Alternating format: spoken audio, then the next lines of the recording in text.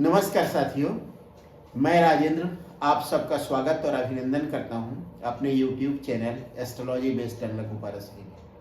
आप सबको मकर संक्रांति की बहुत बहुत शुभकामनाएं।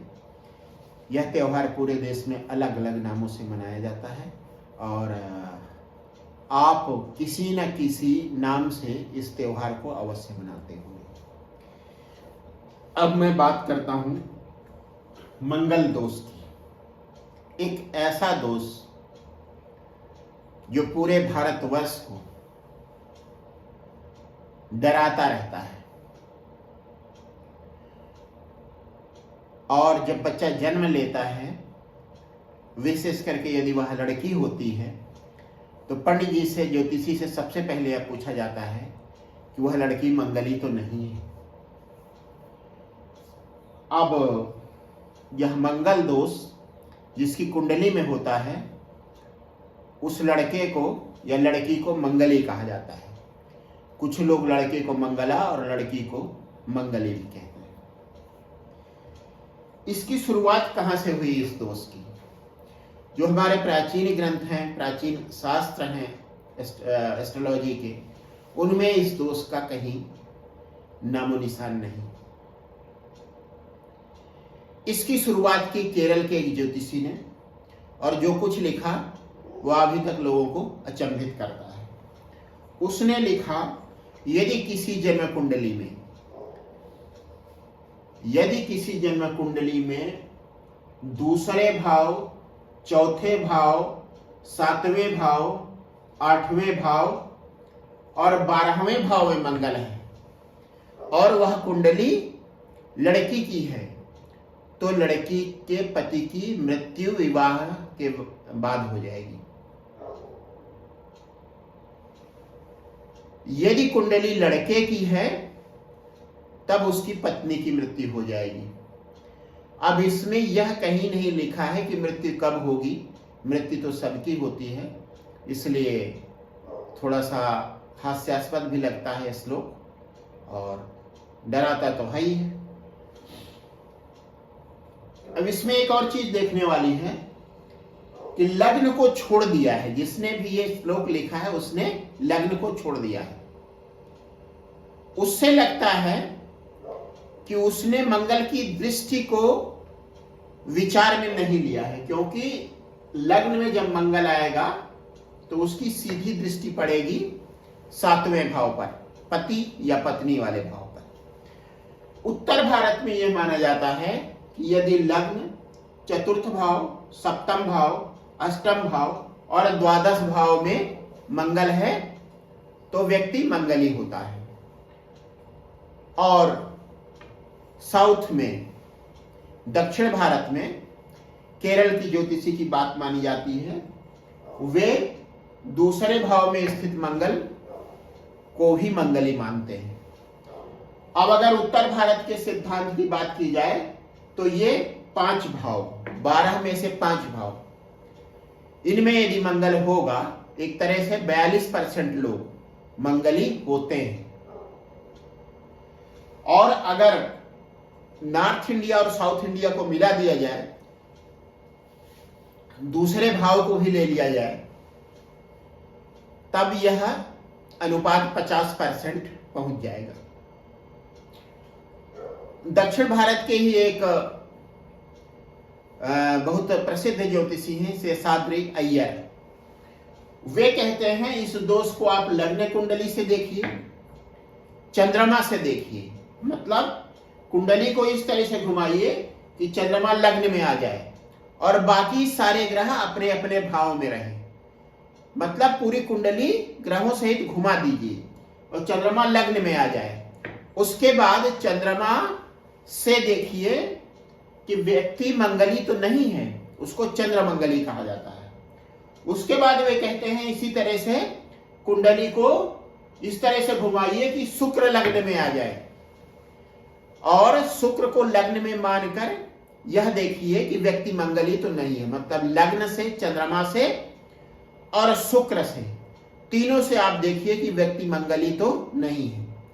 अब अगर आप अनुपात निकालेंगे तो कम से कम मैं तो नहीं निकाल पाऊंगा, इसके लिए किसी बहुत बड़े स्टैटिस्टिशियन की जरूरत पड़ेगी। खैर, अब आते हैं इस दोष की, इन भावों में क्यों यह दोष माना जाता है और उत्तर भारत में द्वितीय भाव को क्यों नहीं लिया जाता। मैंने यहां पर हरे से इसलिए लिखा है जिससे यह फर्क रहे कि उत्तर भारत में द्वितीय भाव के मंगल को मंगल दोष नहीं माना जाता, इसे दक्षिण भारत में दोष माना जाता है। जिस समय मंगल लग्न में होगा उसकी 7वीं दृष्टि दाम्पत्य वाले भाव पर होगी और इस तरह से पति या पत्नी को प्रभावित करेगी। और अगर मंगल चौथे भाव में होगा तो उसकी चौथी दृष्टि 1, 2, 3, 4 विवाह वाले भाव पर होगी और व्यक्ति के वैवाहिक जीवन को प्रभावित करेगी। अगर मंगल 12वें भाव में हुआ तो उसकी 8वीं दृष्टि, 7वीं यहां आएगी और 8वीं दृष्टि विवाह वाले भाव पर पड़ेगी। और ऐसा मानते हैं, ऐसा जिन्होंने इस दोष को खोजा है या इस दोष में विश्वास रखते हैं, वे यह मानते हैं कि यह दृष्टि एक दोष है और उस दोष के कुछ न कुछ प्रभाव अवश्य होते हैं। उसके बाद एक भाव बचता है 8वां भाव।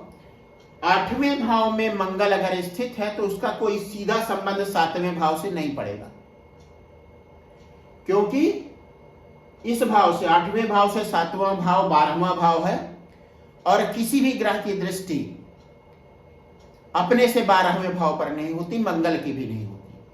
फिर 8वें भाव को क्यों लिया गया?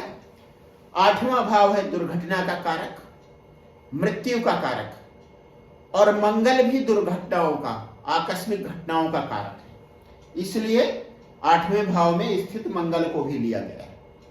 और उत्तर भारत में द्वितीय भाव के मंगल को इसलिए नहीं लिया गया है क्योंकि इसका कोई सीधा संबंध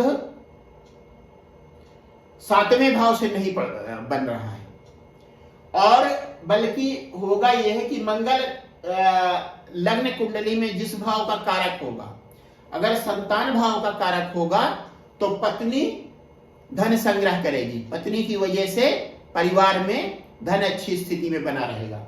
अगर पिता का कारक है तो पिता की वजह से व्यक्ति धन संपदा अच्छी बनी रहेगी। अगर मंगल संतान वाले भाव का स्वामी है तो ऐसा संतान की वजह से होगा। इसलिए उत्तर भारत के ज्योतिषियों ने मंगल को नहीं लिया है। मुझे ऐसा लगता है कि दक्षिण भारत में इसको इसलिए लिया गया क्योंकि यह परिवार का भाव है।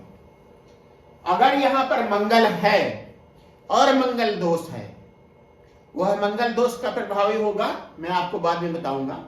अगर मंगल दूसरे भाव में है और मंगल दोष प्रभावी है लेकिन लग्न कुंडली का 7वां भाव अच्छी स्थिति में है, उस स्थिति में व्यक्ति का वैवाहिक जीवन तो अच्छा होगा, पति पत्नी के बीच पटरी अच्छी बैठेगी, लेकिन पत्नी या पति परिवार में यदि जातक पुरुष है तो पत्नी परिवार में अशुभता लाएगी, वहां एडजस्ट नहीं हो पाएगी। और अगर किसी स्त्री की कुंडली है तो उसका पति पत्नी के परिवार से मतलब है माता पिता और दादा दादी, उसके पूर्वज, उन सबको तंग करेगा, परेशान करेगा, अशुभ स्थिति परिवार में पैदा करेगा। शायद इसीलिए द्वितीय भाव के मंगल को भी दक्षिण भारत के ज्योतिषियों ने अशुभ माना है। अब यह तो दोष हो गया मंगल का, और अब मैं मंगल के कारकत्व की बात करता हूं, उन कारकत्वों को जिनका संबंध वैवाहिक जीवन से होता है। पहला है पौरुष।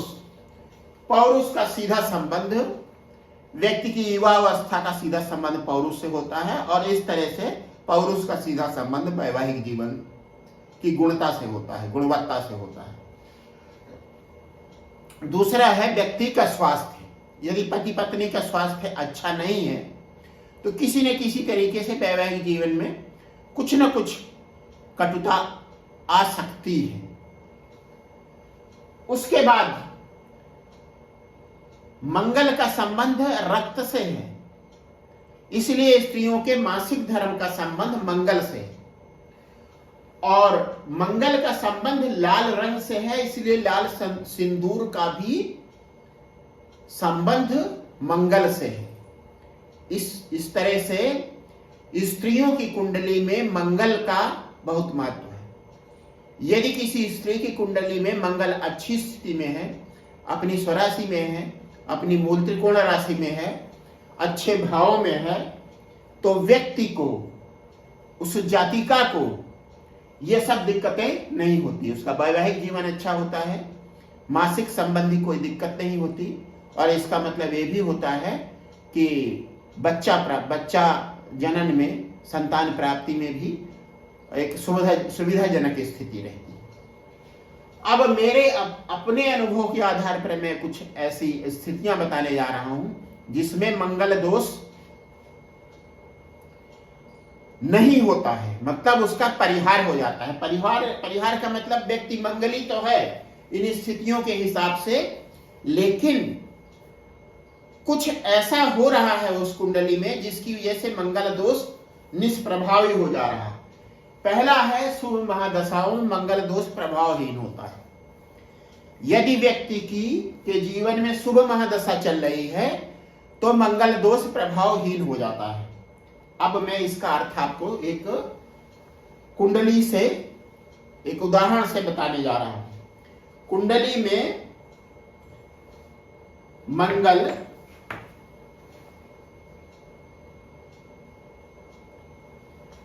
सातवें भाव में है और कन्या लग्न की कुंडली। जब मैंने लग्न स्थित मंगल के फल बताए हैं, उस समय मैंने आपको बताया है कि कन्या और मिथुन, बुध की लग्नों के लिए मंगल बहुत अशुभ होता है। इस तरह से अगर कन्या लग्न या मिथुन लग्न में व्यक्ति मंगली है, मंगल दोष है, तब वह निश्चित रूप से दोष है।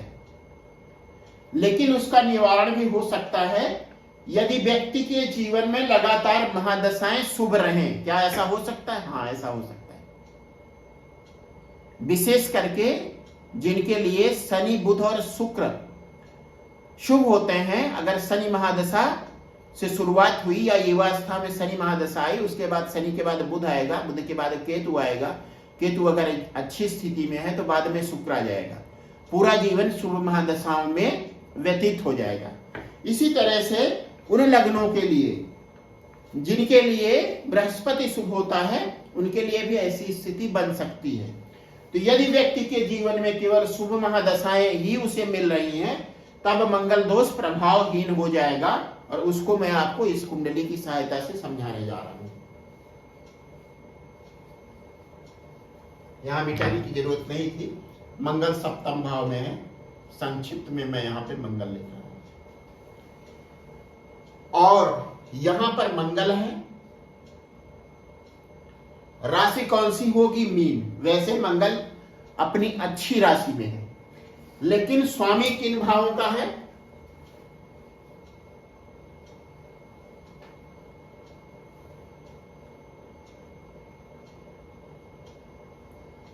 आपको किसी तरीके का कन्फ्यूजन ना हो, इसलिए मैं तमाम भावों से मंगल की स्थिति खत्म कर दे रहा हूं, और कन्या लग्न के हिसाब से जहां आवश्यक हो रहा है वहां पर उसका अंक लिख दे रहा हूं। कन्या लग्न है, इसलिए लग्न में 6 लिख दिया गया। 7वें भाव में राशि होगी मीन। 6 आपको सीधे सीधे जोड़ना रहेगा, 6 और 6 12। अगर 6 यहां पर होगा तो 12 कर्म भाव में आएगा। अब इस कुंडली में मंगल किन किन भावों का स्वामी है? 6, 7, 8। एक तो इस भाव का स्वामी होगा, और उसके बाद एक जो है, मतलब इस कुंडली के लिए मंगल तृतीयेश है और अष्टमेश है। एक यहां पर आएगा, 12 के बाद एक यहां पर आएगा, और 8 यहां पर आएगा। मतलब कन्या लग्न में व्यक्ति की जो तीसरा भाव व्यक्ति का होगा उसमें वृश्चिक राशि आएगी और अष्टम भाव में मंगल की दूसरी राशि मेष आएगी। तृतीयेश और अष्टमेश, अष्टम भाव एक तटस्थ भाव है, लेकिन चूंकि तृतीय भाव भी मंगल से जुड़ा हुआ है इसलिए अशुभ तृतीय भाव का स्वामी होने के कारण अष्टम भाव के भी अशुभ फल मिलेंगे, और अष्टम भाव जब अशुभ फल देता है तो बहुत ही अशुभ फल देता है। तो यह तृतीयेश और अष्टमेश मंगल सातवें भाव में स्थित होकर खराब फल देगा यदि व्यक्ति के जीवन में विशेष करके मंगल की महादशा आ जाती है। अब देखते हैं कि इस कुंडली में गुरु कहां पर है। गुरु यहां पर है।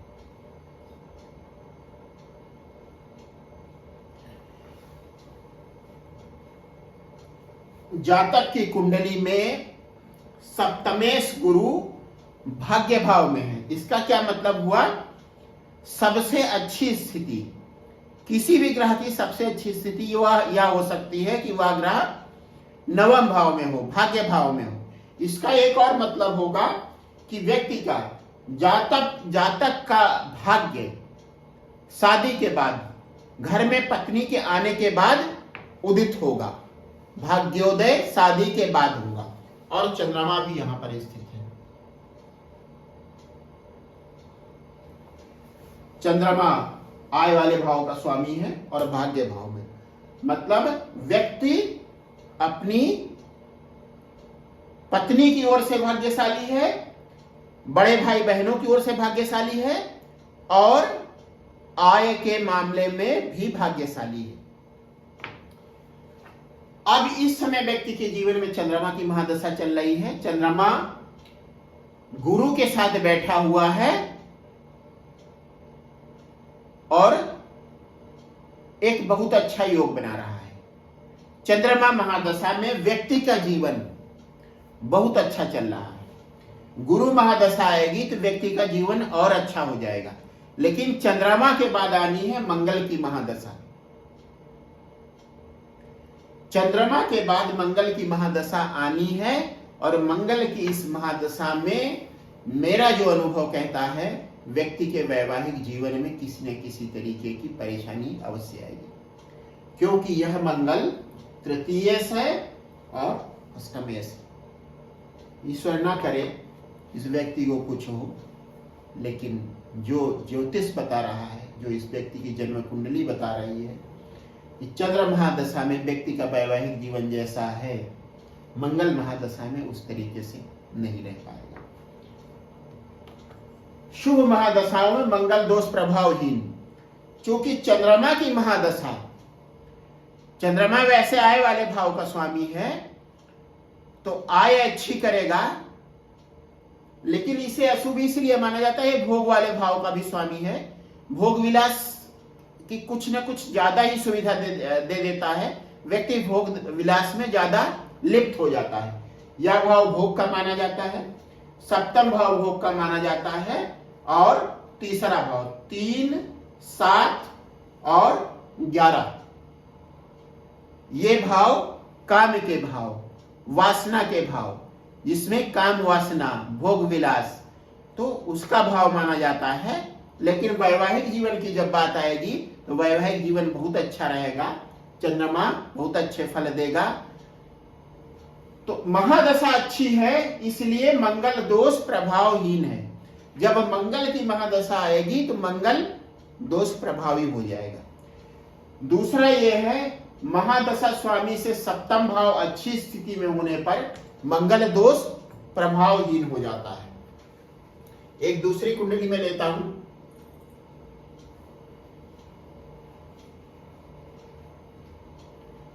यह कुंडली है धनु लग्न की। धनु लग्न का मतलब हुआ जिस समय व्यक्ति का जन्म हुआ पूर्व दिशा में धनु राशि उदित हुई। यहां पर बुध की राशि होगी मिथुन, और इस कुंडली में गुरु स्थित है, लग्नेश गुरु, शुभ गुरु स्थित है छठे भाव में, और मंगल स्थित है यहां पर।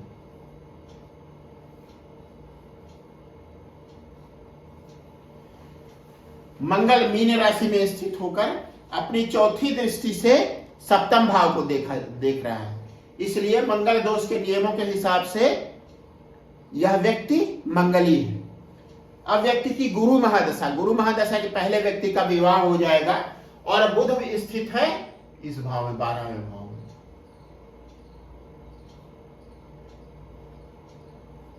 बारहवें भाव में वृश्चिक राशि में बुध स्थित। धनु लग्न है, सप्तम भाव में मिथुन राशि है, चौथे भाव में मंगल जो शुभ मंगल है, एक और अच्छी बात है, शुभ मंगल है वह स्थित है, और महादशा आने वाली है गुरु की, राहु की महादशा चल रही है, राहु शुक्र में जातक का विवाह हो जाएगा, और उसके बाद थोड़ा सा पीरियड राहु का बचेगा, फिर उसके बाद गुरु की महादशा आ जाएगी। अब गुरु महादशा में गुरु से सप्तम भाव आपको देखना है, इसको ध्यान से पढ़िए। महादशा स्वामी कौन है? गुरु है और शुभ है। महादशा स्वामी से सप्तम भाव अच्छी स्थिति में होने पर मंगल दोष प्रभावहीन होगा। महादशा स्वामी शुभ है और उससे सप्तम भाव में सप्तमेश बुध स्थित है, और सप्तम भाव का स्वामी वह भी अच्छी स्थिति में स्थित है। इसलिए गुरु महादशा में व्यक्ति के वैवाहिक जीवन में किसी तरीके की बाधा नहीं आएगी। इसका मतलब क्या हुआ? एक तरह से इस व्यक्ति का पूरा जीवन, क्योंकि गुरु की महादशा काफी लंबी होती है, उसके बाद शनि महादशा आएगी, उसमें भी कोई विशेष खराब स्थिति नहीं दिखती है इस कुंडली में, लेकिन चूंकि मैं इस क्लास की बात कर रहा हूं इसीलिए मैंने वही ग्रह बनाए हैं।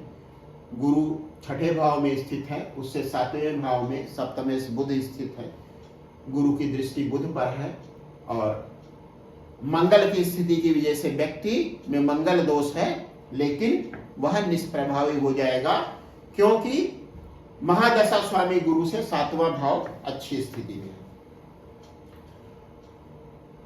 उसके बाद ये कह रहा है शुभ मंगल लग्नेश, पंचमेश और नवमेश दोषी नहीं है। यदि मंगल शुभ है, कैसे कैसे शुभ हो सकता है? यदि लग्नेश मंगल है, लग्नेश मंगल किन किन स्थितियों में हो सकता है? पहला मेष लग्न और दूसरा वृश्चिक लग्न। मतलब मेष लग्न और वृश्चिक लग्न में मंगल चूंकि लग्नेश होता है इसलिए शुभ होता है, इसलिए व्यक्ति के मंगली होने पर भी मंगल दोष प्रभावी नहीं होता। मंगल की दृष्टि पड़ेगी सातवें भाव पर, लेकिन वह लग्नेश होगा। लग्नेश की यहां से दृष्टि पड़ेगी सातवें भाव पर, वह लग्नेश होगा, और लग्नेश की दृष्टि यहां से पड़ेगी, तो लग्नेश की शुभ दृष्टि से यह दोष प्रभावी नहीं रह जाएगा। यदि मंगल शुभ है, लग्नेश, पंचमेश और नवमेश है, तो दोष नहीं लगता। किन किन स्थितियों में यह होगा? पहला मेष में, दूसरा वृश्चिक में लग्नेश होगा, और उसके बाद पंचमेश और नवमेश बनेगा कर्क में और सिंह में। सिंह लग्न में यह पंचमेश होगा और कर्क लग्न में भाग्येश होगा। तो इस तरीके से 4 लग्नों के लिए मेष, वृश्चिक, कर्क और सिंह में यदि मंगल दोष के कारण कोई अशुभ स्थिति बन रही है वैवाहिक जीवन के लिए, तो वह अशुभ स्थिति मायने नहीं रखती। अब हो सकता है कुछ और ऐसा हो, सप्तमेश अच्छी स्थिति में ना हो, सप्तमेश छठे भाव में हो, सप्तमेश अष्टम भाव में हो, सप्तमेश द्वादश भाव में हो, इन सब स्थितियों में अगर महादशा अच्छी नहीं रहेगी तो व्यक्ति का दाम्पत्य जीवन ठीक नहीं रहेगा। और बहुत बार जब ऐसा होता है तो दोष बेचारे मंगल को दे दिया जाता है, जबकि मंगल शुभ होता है कुंडली के लिए। उसके बाद यह है कि शुभ महादशाओं में दोष के निहितार्थ, यदि मंगल दोष है और प्रभावी भी है, मतलब शुभ महादशाएं चल रही हैं, मंगल दोष है, वो किसी तरह से प्रभावी भी हो रहा है, और कुछ ऐसा हो जाता है कि उस व्यक्ति के जीवन में किसी तरह की अशुभता आती है, तो उसका कुछ निहितार्थ होता है, उसका कोई छुपा हुआ अर्थ होता है। इसका मतलब यह है, इस तरह से समझ लीजिए, जैसे तुला लग्न की कुंडली है, तुला लग्न की कुंडली है, और तुला लग्न की कुंडली में क्या होगा, लग्न में तुला राशि होगी और सप्तम भाव में मेष राशि होगी मंगल की। इस स्थिति में मंगल बैठा है अष्टम भाव में, ठीक है। अब तुला लगने के लिए गुरु सबसे अशुभ होता है, इस बात का ध्यान रखिए। गुरु अपनी तीसरे भाव में, अपने भाव में, मतलब बहुत मजबूत होकर, बहुत स्ट्रांग होकर गुरु सप्तम भाव पर दृष्टि डाल रहा है। कौन सी दृष्टि होगी, पांचवी, 1 2 3 4 5, और मंगल की 8वीं दृष्टि होगी गुरु पर। अब यह मेरी देखी हुई कुंडली है, इसलिए मैं आपको बता रहा हूं। यहां पर राहु स्थित है,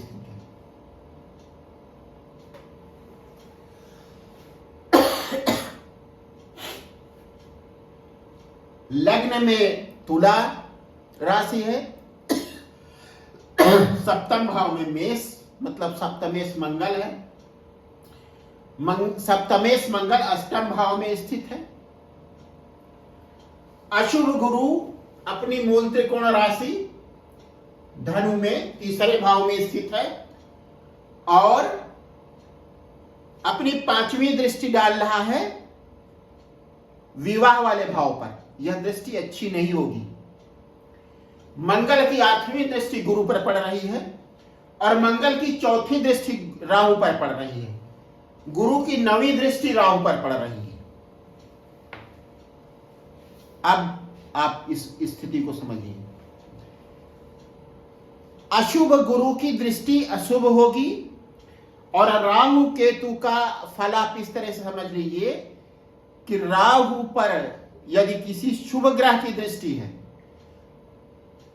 तो वह उस शुभ ग्रह से ज्यादा अच्छे फल देगा। यदि किसी अशुभ ग्रह की दृष्टि है तो उस अशुभ ग्रह से ज्यादा अशुभ फल राहु देगा। और चूंकि मंगल की दृष्टि 8वें भाव से पड़ रही है, इसलिए यह दृष्टि भी ठीक नहीं है। गुरु महादशा और उसमें राहु की अंतरदशा, राहु ने गुरु से भी ज्यादा भयानक परिणाम दिए। गुरु महादशा में जातक की पत्नी का स्वास्थ्य बुरी तरह से खराब हुआ, और इस तरह से खराब हुआ कि उसका उबरना ठीक नहीं था। राहु महादशा में जातक की पत्नी की मृत्यु हो गई। अब यह घटना कब हुई, यह अशुभ गुरु महादशा में हुई। अब शुभ दशा में इस दोष ने कुछ दूसरा चमत्कार दिखाया। वह चमत्कार इस तरीके से था कि पत्नी इस स्थिति में थी कि उसकी मृत्यु अपनी बीमारी की वजह से होनी निश्चित थी, वह कैंसर ग्रस्त थी। तो उसके जीवित रहने का कोई अर्थ नहीं रह गया था। गुरु महादशा राहु अंतरदशा में जातक की पत्नी की मृत्यु हो गई, जिसकी वजह से बावजूद इसके कि एक अशुभता आई, उसका निहितार्थ यह हुआ कि कम से कम व्यक्ति अकेले रहकर भी एक ठीक ठाक जीवन बिता सकने में समर्थ हुआ।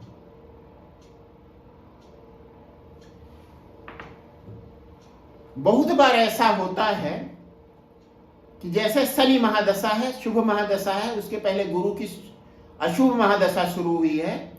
अशुभ महादशा में कोई परेशानी शुरू होती है, शनि महादशा में वह परेशानी इस तरह से समाप्त होती है कि उस परेशानी का कारक, जैसे किसी व्यक्ति को कैंसर है, तो जिसको कैंसर है और वह ठीक नहीं हो सकता, शुभ शनि महादशा में उसकी मृत्यु हो सकती है। तो ये कभी कभी ऐसा होता है कि अशुभ घटनाओं के शुभ निहितार्थ होते हैं। वैसे इस कुंडली में जो घटना हो रही वह अशुभ महादशा में हो रही है, लेकिन उस अशुभ महादशा में जो एक तरह से दोष बना मंगली होने का, उस दोष के कारण उस महादशा में पत्नी की जो मृत्यु हुई, उस मृत्यु ने जातक की बाद की महादशा को ठीक कर दिया और जातक अपना सामान्य जीवन जी रहा। उसके बाद पांचवी शर्त है, सप्तमेश मंगल का सप्तम से संबंध कोई दोष नहीं है। सप्तमेश किन किन लग्नों में होता है मंगल? पहला तो मेष लग्न में, मेष लग्न में मंगल, पहला होता है तुला लग्न में। तुला लग्न में मंगल की मेष राशि यहां पर आती है और मंगल सप्तमेश होता है। दूसरा होता है वृष लग्न में, यहां पर वृश्चिक राशि आती है, यहां पर वृष राशि होगी और यहां पर वृश्चिक राशि आएगी, उसका स्वामी मंगल होगा। तो इन दोनों केसेज में तुला और वृष के लिए यदि व्यक्ति मंगली है और सप्तम भाव से ऐसे मंगल का संबंध बन रहा है, तो यह कोई अशुभ स्थिति नहीं है। उसकी वजह क्या है? यदि मंगल 12वें भाव में होगा तो उसकी 8वीं दृष्टि सप्तम भाव पर पड़ेगी। कोई भी ग्रह, यह मूल सिद्धांत मान लीजिए, पहला सिद्धांत मान लीजिए, कोई भी ग्रह अपने भाव को खराब नहीं करता है। मंगल की 7वीं दृष्टि उसकी अपनी राशि मेष पर पड़ेगी और वह दृष्टि किसी भी तरीके से वैवाहिक जीवन को खराब नहीं करेगी। उसी तरह से मंगल अगर लग्न में स्थित है, उसकी 7वीं दृष्टि सप्तम भाव पर पड़ेगी। अगर चतुर्थ भाव में स्थित है तो उसकी 4थी दृष्टि सप्तम भाव पर पड़ेगी। बल्कि अगर तुला लग्न है और यहां पर आती है मकर राशि, मंगल इस राशि में उच्च का होगा और उच्च राशि का मंगल अपनी 4थी दृष्टि से सप्तम भाव को देखेगा, व्यक्ति के वैवाहिक जीवन को अच्छा बनाएगा। साथ ही साथ चौथे भाव का कारण जो जमीन जायदाद और मकान ऐसा देगा जिसके आसपास काफी जगह होगी, खुली जगह होगी, यह सब मंगल अपनी महादशा अंतरदशा में प्रदान करेगा। उसके बाद एक बात मैंने और बताई, जो मैं बता चुका हूं आपको, मंगल शुक्र का। मंगल शुक्र दोष के बारे में कहते हैं, यदि यहां पर वृष लग्न है, डॉक्टर वीवी रमन कहते हैं, यदि यहां पर वृष लग्न है और सप्तम भाव में मंगल और शुक्र स्थित है, मंगल दोष के हिसाब से व्यक्ति मंगली हो गया। अब मान लीजिए या किसी जातक की पत्नी की कुंडली है, उसके बाद जातक की लग्न वृश्चिक है और उसकी कुंडली में भी यहां पर मंगल और शुक्र स्थित हैं। जातक की वृश्चिक लग्न है, यहां पर मंगल और शुक्र मतलब सप्तमेश और लग्नेश स्थित हैं। अगर यहां पर वृष लग्न होगी तो यहां पे 8 का अंक आएगा। उस केस में भी मंगल और शुक्र स्थित है, मतलब जातक और जातिका जो पति पत्नी हैं, एक वृष लग्न का है, दूसरा वृश्चिक लग्न का है, दोनों के सप्तम भाव में मंगल और शुक्र स्थित हैं, तो ये बहुत अच्छा फल है। वजह क्या होगी कि मंगल और शुक्र की प्रधानता वाले जो व्यक्ति होते हैं उनमें काम भावना, काम शक्ति प्रबल होती है, और यदि उनके सप्तम भाव में मंगल और शुक्र स्थित हैं तब वे एक दूसरे की काम वासना को ढंग से तृप्त कर सकेंगे। डॉक्टर वीवी रमन, उनसे बड़ा ज्योतिषी भारत में और कोई नहीं हुआ, पिछली शताब्दी की मैं बात कर रहा हूं, उससे पहले की नहीं। तो उनके हिसाब से यह एक बहुत अच्छा योग बनता है। उसके बाद डॉक्टर वीवी रमन की ही कही हुई एक बात पे दोहराता हूं, और वह बात यह है, यदि मंगल गुरु के साथ स्थित है या मंगल चंद्रमा के साथ स्थित है या इनका किसी तरीके से संबंध आपस में बन रहा है, जैसे मंगल पर गुरु की दृष्टि है या मंगल पर चंद्रमा की दृष्टि है या गुरु और मंगल राशि परिवर्तन योग बना रहे हैं या चंद्र और मंगल राशि परिवर्तन योग बना रहे हैं, तो ऐसा योग मंगल दोष को नाशक बना देता है, मंगल दोष नाशक होता है। यह था मंगल दोष के ऊपर मेरा व्याख्यान, मेरा वीडियो, और यह मेरे अनुभवों पर, मेरे ज्ञान पर आधारित। आप सबका बहुत बहुत धन्यवाद मेरे वीडियो को ध्यान से सुनने के लिए। यदि आपने अभी तक मेरा चैनल सब्सक्राइब नहीं किया है, उसे मेरे वीडियोज को लाइक नहीं किया है, शेयर नहीं किया है, और आपको वह पसंद आ रहा है तो सब्सक्राइब तो करें ही, उसे लाइक करें और शेयर भी करें। बहुत बहुत धन्यवाद आप सब।